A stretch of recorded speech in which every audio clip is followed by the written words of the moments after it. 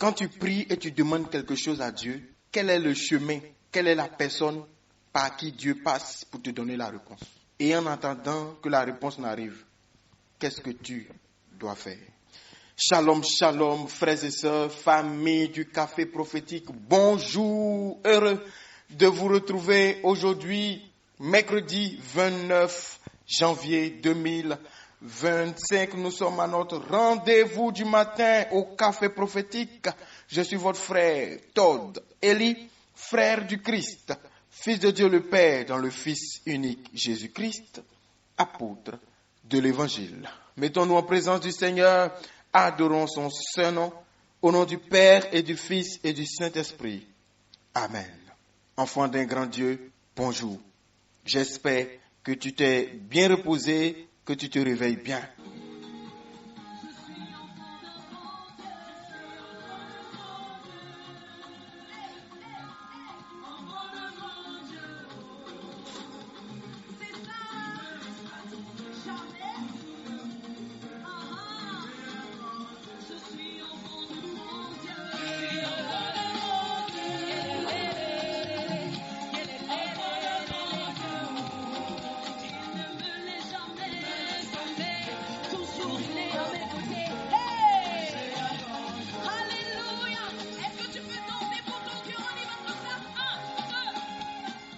Seigneur, gloire et louange à toi.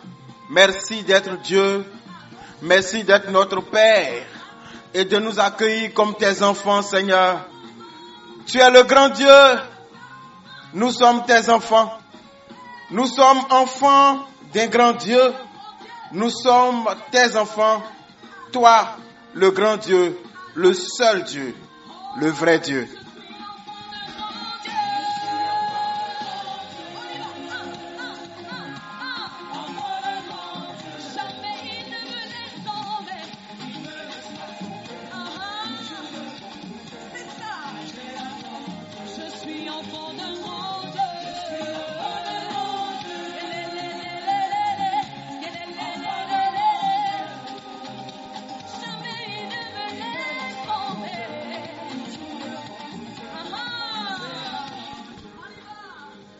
Dieu ne nous laisse jamais tomber.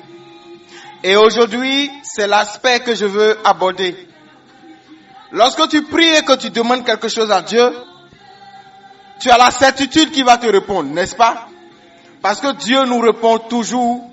Et Dieu vient toujours au secours de ses enfants, de ceux qui croient en lui et qui invoquent sa clémence, qui invoquent son amour, qui invoquent son salut. Et Dieu nous répond toujours. Par contre, comment Dieu nous répond-il? Par qui il nous répond? Et qu'est-ce que nous, enfants de Dieu et enfants du grand Dieu, nous devons faire en attendant que la réponse n'arrive chez nous?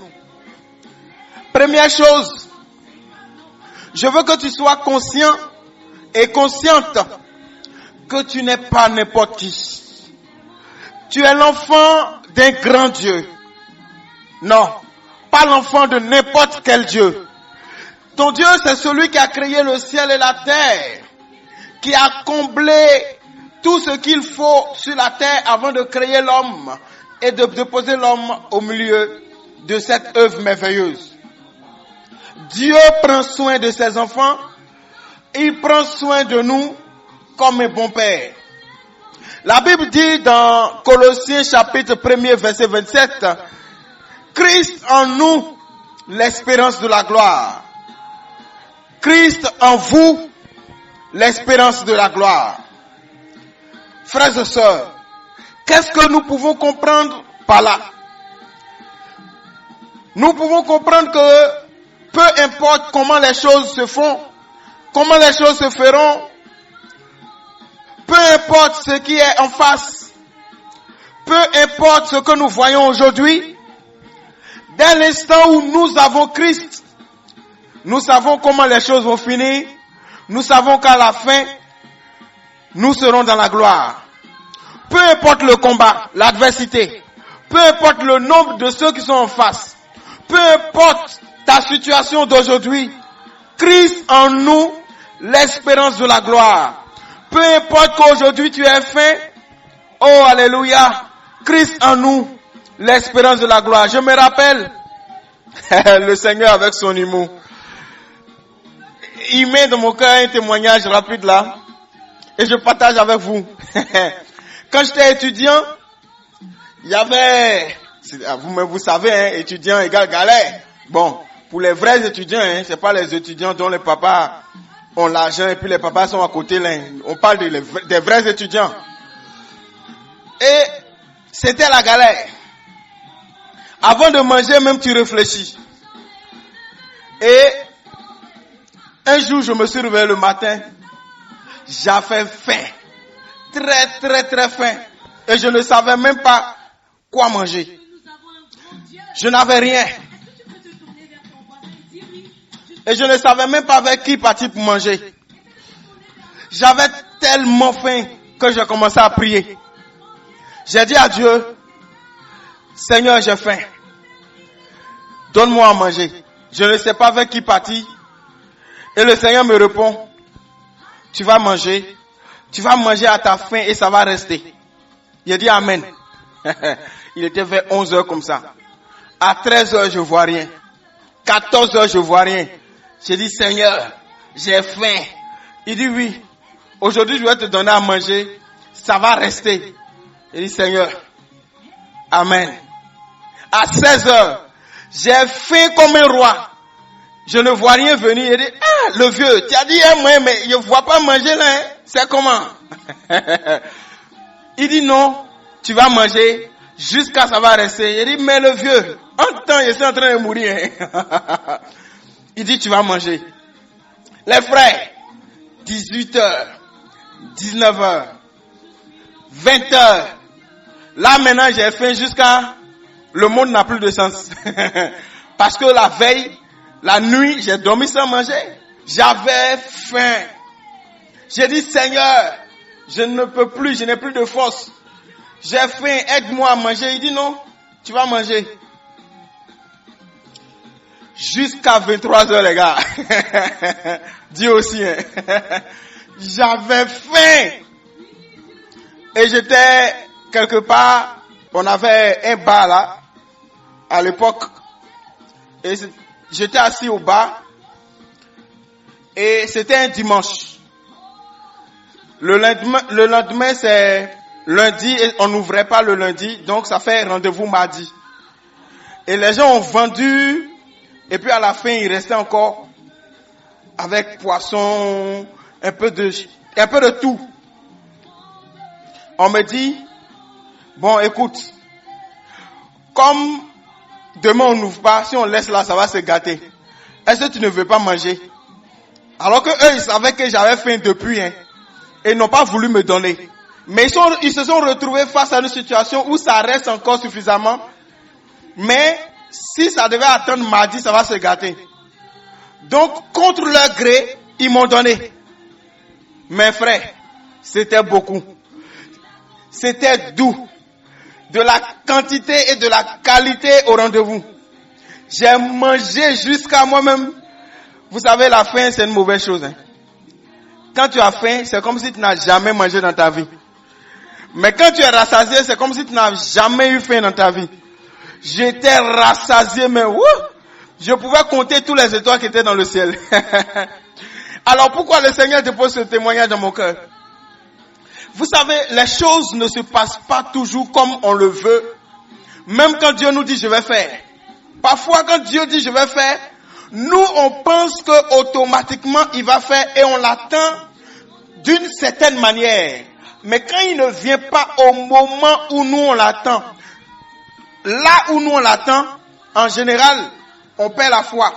On se plaint, on se lamente, on l'insulte même parfois. Vous savez, les hommes ont tendance, lorsqu'ils prient, à attendre la réponse de leur prière par quelqu'un. Un parent, un oncle, un tonton, quelqu'un dans la famille qui a l'argent, quelqu'un que je connais qui est bien dans tel domaine. Donc quand j'ai tel besoin que je touche, tel peuvent répondre. Mais c'est de là que viennent nos frustrations. Parce que quand tu comptes sur telle personne et qu'il ne fait pas, tu es frustré. Tu te dis qu'il est mauvais.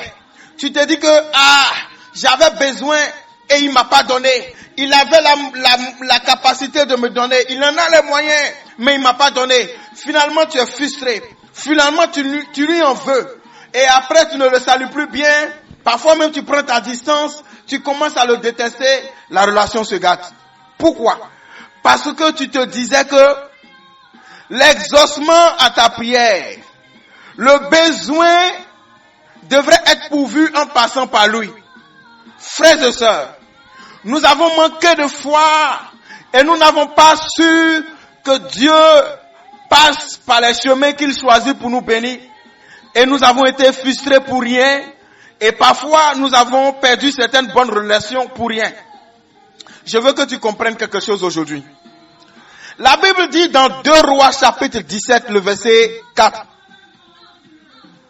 Tu boiras de l'eau du torrent et j'ai ordonné aux corbeaux de te nourrir là. Frère, sœur, il y avait la famine dans un pays. Et Dieu dit à son serviteur, le prophète Élie, quitte ici, va à tel endroit. Et puis là-bas, là, il y a de l'eau qui coule. Tu vas boire de l'eau qui est là-bas. Et j'ai donné l'ordre à un corbeau de te nourrir. Frères et sœurs, c'est quoi le corbeau dans la mentalité juive? De manière allégorique, le corbeau représente l'iniquité. Le corbeau représente tout ce qui est adversaire de la justice, adversaire de la lumière. Amen. Le corbeau représente ce qui est corruption et ce qui est confusion. Mais comment se fait-il que Dieu, pour nourrir son serviteur, un prophète, passe par un animal qui représente toutes ces choses-là dans la mentalité, dans la foi juive? Je veux te dire quelque chose. Quand Dieu veut te bénir, quand Dieu veut t'apporter la réponse à ta question, ce n'est pas toujours par le chemin que toi tu penses que c'est le chemin qu'il va prendre. Pourquoi Dieu n'a-t-il pas pris par une colombe, qui est un animal bien vu, symbole de pureté et de tout ce qui est bien, et il passe par un corbeau? Frères et sœurs, Dieu pour te bénir, enfant d'un grand Dieu, il peut faire n'importe quoi. Dieu peut même passer par quelqu'un qui ne t'aime pas pour te faire du bien à un moment T. Pourquoi? Parce que ton Dieu, il est grand. Tout ce qu'il veut, il le fait. Il n'a pas de limite à sa capacité. Alors toi, dans ta foi, ne le limite pas. Dieu peut passer par ton père, il peut passer par le frère de ton père, il peut passer par des amis. Il y a des gens qui ont réussi, mais ce n'est pas des gens de leur famille qui les ont aidés à réussir, c'est des amis.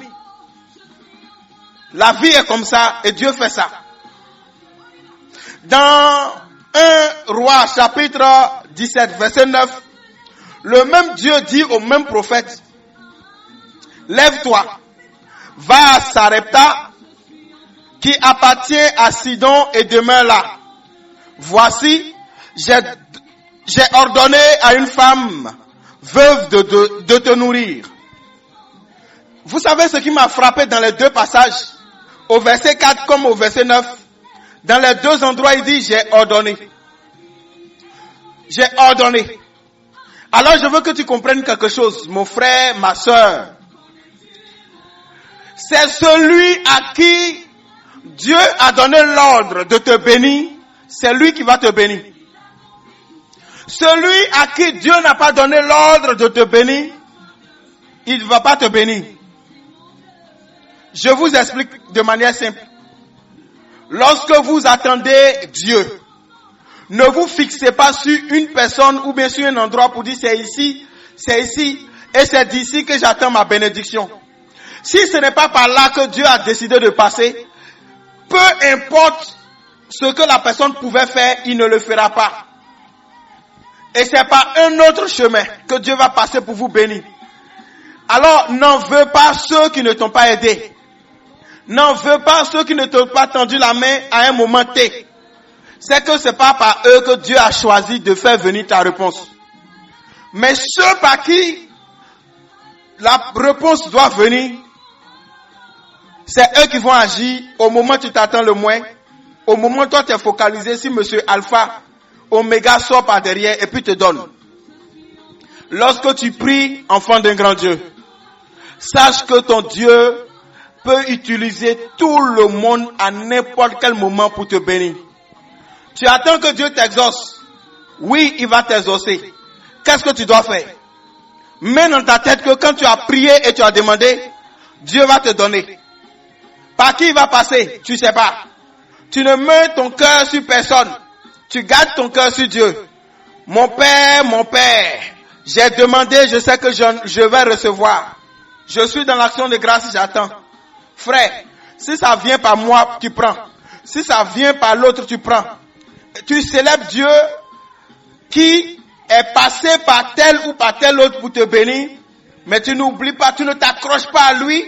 Parce que ce n'est pas lui qui est la bénédiction en tant que tel. Mais il est juste la main par laquelle Dieu est passé pour te bénir. Je veux que tu comprennes ce matin que ton Dieu est tellement fort que pour te bénir, il n'est pas limité à ce que tu crois. Il peut passer n'importe où pour venir vers toi. Il dit dans sa parole, Matthieu 6, 25 à 26. C'est pourquoi je vous dis, ne vous inquiétez pas de votre vie, de ce que vous mangerez, ni pour votre corps, de quoi vous serez vêtus. La vie n'est-elle pas plus que la nourriture et le corps plus que les vêtements? Regardez les oiseaux du ciel, ils ne sèment ni ne moissonnent, et ils n'amassent rien dans des greniers. Et votre Père céleste les nourrit. Ne valez-vous pas beaucoup plus que... Frères et sœurs, si Dieu s'occupe des oiseaux, il s'occupera de nous. Et puis nous, notre Dieu n'est pas un Dieu mort. Il est un Dieu vivant. Et c'est un grand Dieu. C'est le grand Dieu. Dieu va t'exaucer. Mais ne caricature pas l'exaucement de Dieu dans un secteur donné. Laisse-le utiliser le moyen qu'il choisit et laisse-le venir te combler comme il veut. Le verset 31 dit, ne vous inquiétez donc point et ne dites pas, que mangerons-nous? Que boirons-nous? De quoi serons-nous vêtus? Verset 32. Car toutes ces choses, ce sont les païens qui les recherchent.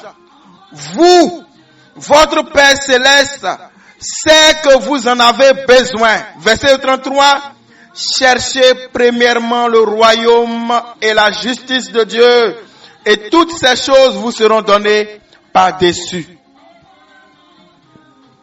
Enfant d'un grand Dieu. Le dernier verset rejoint Colossiens 1, verset 27. Dieu est en train de dire, ne t'occupe pas des besoins humains, occupe-toi du besoin spirituel. Occupe-toi de ta relation avec lui. Lorsque lui et toi, vous serez bien ensemble, lui, il va te combler de ce dont tu as besoin. Et c'est à raison que Paul peut dire dans Colossiens 1, 27, Christ en nous, l'espérance de la gloire. Christ en vous, l'espérance de la gloire.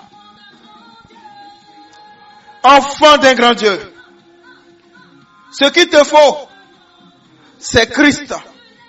Et la gloire vient. Christ en vous, l'espérance de la gloire. Dès l'instant où vous avez Christ, vous pouvez espérer en tout ce qu'il y a de glorieux sur cette terre. Dieu va vous donner selon la manière qu'il aura choisi et en son temps. Christ en vous, Christ en nous, l'espérance de la gloire. Alors, De quoi as-tu besoin? Demande à Dieu et attends que Dieu se charge de te l'emporter en utilisant entre griffes un coursier qui va venir te donner la réponse de la demande que tu as adressée à Dieu. Alléluia. Que Dieu te bénisse. Nous avons un grand Dieu. Sois fortifié dans la foi. Et ne t'attends pas aux hommes parce que les hommes peuvent être défaillants. Ils peuvent avoir leurs besoins, leurs problèmes. Un homme peut aller parler mal de toi chez quelqu'un d'autre et il va plus t'aider. Beaucoup de choses peuvent se passer pour que celui qui pouvait t'aider ne t'aide plus. Mais qu'est-ce qui va se passer pour que Dieu ne t'aime plus? Tu as un Dieu qui est le Dieu de miracles. Et c'est le grand Dieu. Garde dans ta tête que Dieu répond toujours à ses enfants. Alors change de paradigme. Change de mentalité. Accroche-toi à Dieu. Et tu verras sa gloire. Sans stress. Sans frustration. Enfant d'un grand Dieu.